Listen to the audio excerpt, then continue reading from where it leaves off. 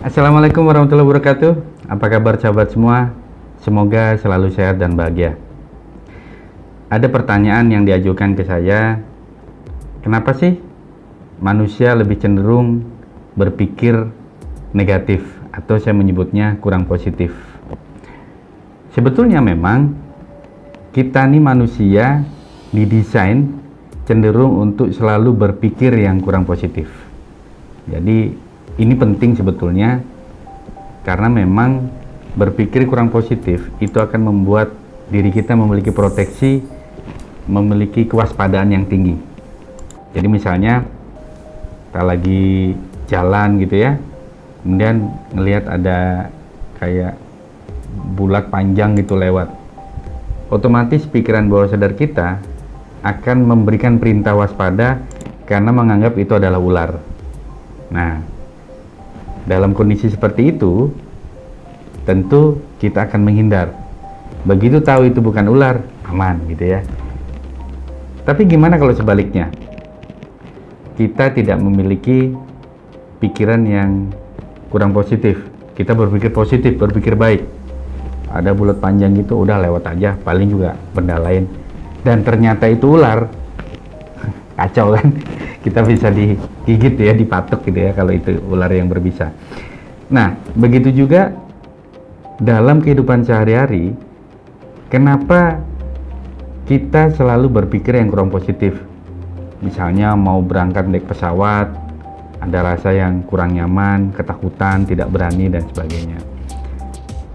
Kenapa? Karena begitu banyak berita, ada kecelakaan pesawat, ada kejadian-kejadian yang ya kurang mengenakkan dilihat dan itu terjadi pada pesawat terbang, sehingga pikiran kita membuat proteksi agar kita tidak terbang, dan itu untuk menyelamatkan kita sebetulnya.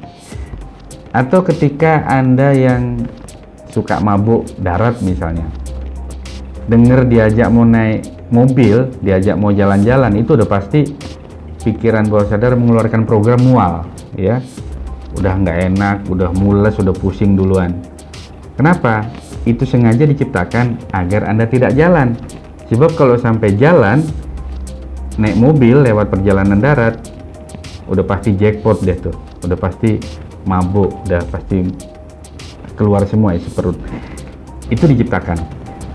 Nah, persoalannya bagaimana kalau pikiran yang kurang positif ini terus terjadi, terus menerus menjadi kebiasaan kita sehari-hari. Nah, ini yang harus diedukasi, ini yang harus diberikan pemahaman kepada pikiran bawah sadar bahwa memiliki kewaspadaan, memiliki benteng atau proteksi terhadap apa yang akan terjadi itu baik. Itu sangat wajar dan itu normal. Tapi kalau berlebihan, ini yang harus diedukasi. Kenapa? Karena manusia harus terus bergerak sebagai manusia, makhluk sosial, sebagai makhluk yang kita harus pergi kemana-mana, ya kita harus berani melakukan aktivitas di mana saja, bersama siapa saja. Kondisi saat ini misalnya, saat COVID-19, karena beritanya begitu banyak yang kurang tepat, akhirnya apa? Yang muncul adalah ketakutan-ketakutan, rasa cemas, rasa was-was. Akibatnya, pikiran kita pun membuat program, jangan sampai kita ke sana, jangan sampai kita begini, jangan sampai kita melakukan ini, itu, dan sebagainya. Akhirnya apa? Kita diam di rumah, tapi tidak produktif. Ini juga jadi persoalan. Yang benar bagaimana nih? Tentu kita tetap ikuti anjuran pemerintah. Kita beraktivitas dengan protokol kesehatan yang tinggi. Masker, jangan sembarangan masker misalnya. Pakai masker yang bagus, masker yang sesuai standar, dan biasakan jaga jarak, hindari berkerumun. Dalam ruangan jangan lebih dari 2 jam.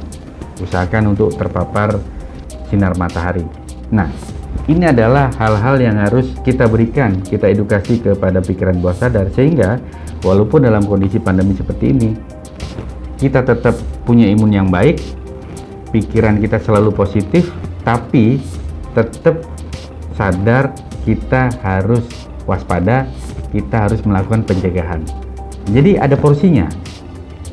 nggak semua takut, ketakutan, akhirnya nggak kemana-mana dan akhirnya kurang produktif, sementara hidup harus terus berjalan. Sama nanti nih kabarnya akan ada vaksin, kemudian ada yang pro kontra, ini vaksinnya dari mana, dari negara ini, dari negara itu, dari bahan ini, bahan itu.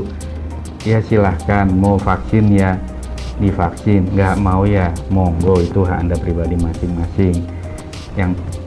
Tapi yang paling utama adalah berikan edukasi yang tepat terhadap pikiran bawah sadar Anda. Jangan menolak ini dan itu hanya karena kebencian. Kalau sudah kebencian ini mendarah daging, nah ini yang repot ya. Hal yang baik pun udah dibenci jadinya. Sama lah kalau sudah Anda punya seseorang yang begitu Anda cintai, begitu Anda sayangi, begitu udah jadi musuh, benci, udah kayak nggak pernah aja deket gitu ya. Nah kayak gitu tuh gambarannya. Kalau sudah benci tuh susah gitu ya.